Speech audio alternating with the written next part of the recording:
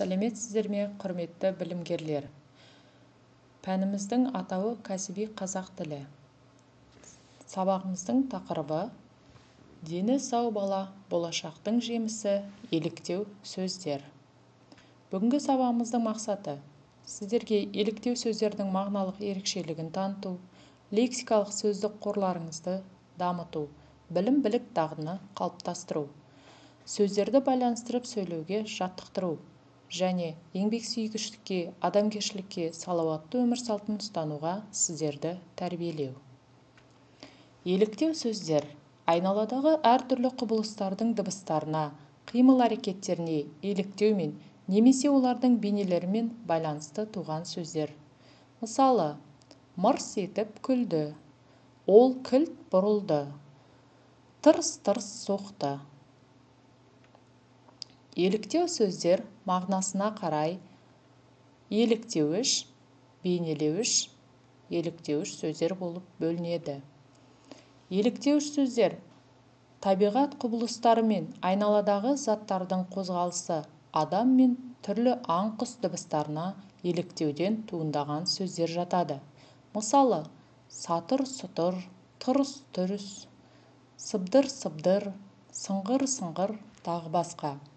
Бейнелеуіш сөздер табиғаттағы заттардың қозғалысын, адам мен түрлі аң-құс қозғалысын көру арқылы сипаттайтын сөздер. Мысалы, жалп-жалп, арбаң-арбаң, маң-маң, тыржың-тыржың тағы басқа сөздер жатады. Енді құрметті білімгерлер, сіздер мынау бейнефильмге назар аударыңыздар. Енді балалар табиғат құбылыстарында кездесетін еліктеу сөздерін қарастырамыз. Найзағай жарқ-жұрқ етті.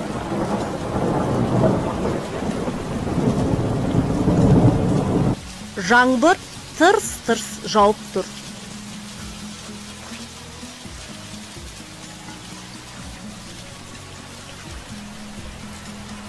Құстар шүйк-шүйк етеді.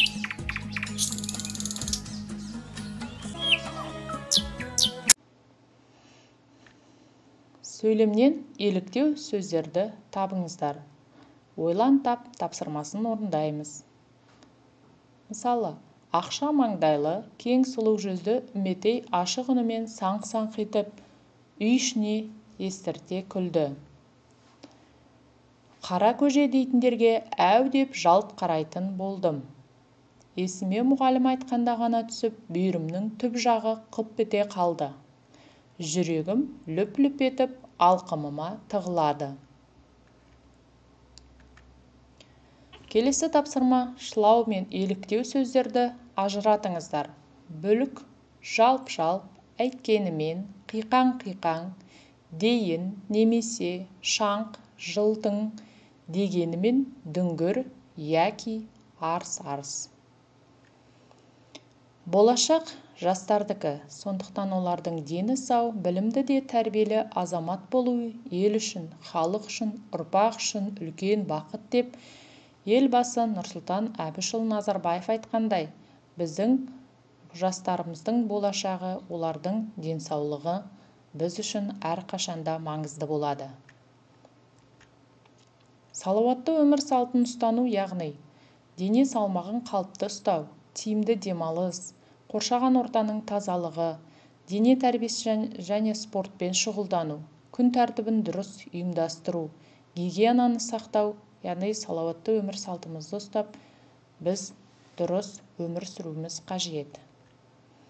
Сөйлемнен еліктеу сөздерді, шылау сөздерді табыңыздар. Мен спортпен әуестенетін адамдардың қатарына кіремін. Күн сайын таңертеңгілік жаттығулар жасаймын. Бұл маған сабаққа барар алдында ұйқымда ашуға көмектеседі. Бос уақытымда достарыммен қыс мезгілінде жалт-жұлт еткен мұз айдынына барып коньки тебемін. Жаз уақытында сылдырлап аққан тау суына түскенді ұнатамын және өзенге жүзуге барып тұрамын. Бір уақыт енді сергіту сәтін жасайық. Жұмбақтарды шешіп, еліктеу сөздерді табыңыздар. Жай ғана сырт етіп жабылады, іздегенің ішіңнен табылады. Сырт-сырт еткен дыбысы ояту оның жұмысы. Тоқ-тоқ етіп тамағын ағаштан іздеп табады. Көлбең-көлбең етеді, желмен ұшып кетеді, жер түбіне жетеді. Жұмбақтардың шешуін табамыз. Вен диаграммасы еліктеу сөздер мен шылау сөздерге берілген ұқсастығы мен айырмашылығын тауып, дәптерлеріңізге жазыңыздар. Рефлексия.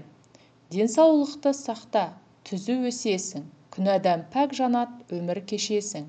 Көрген күнің қараңғы ғой, дерт шалса, жарам менен тәніңді улап нетерсің.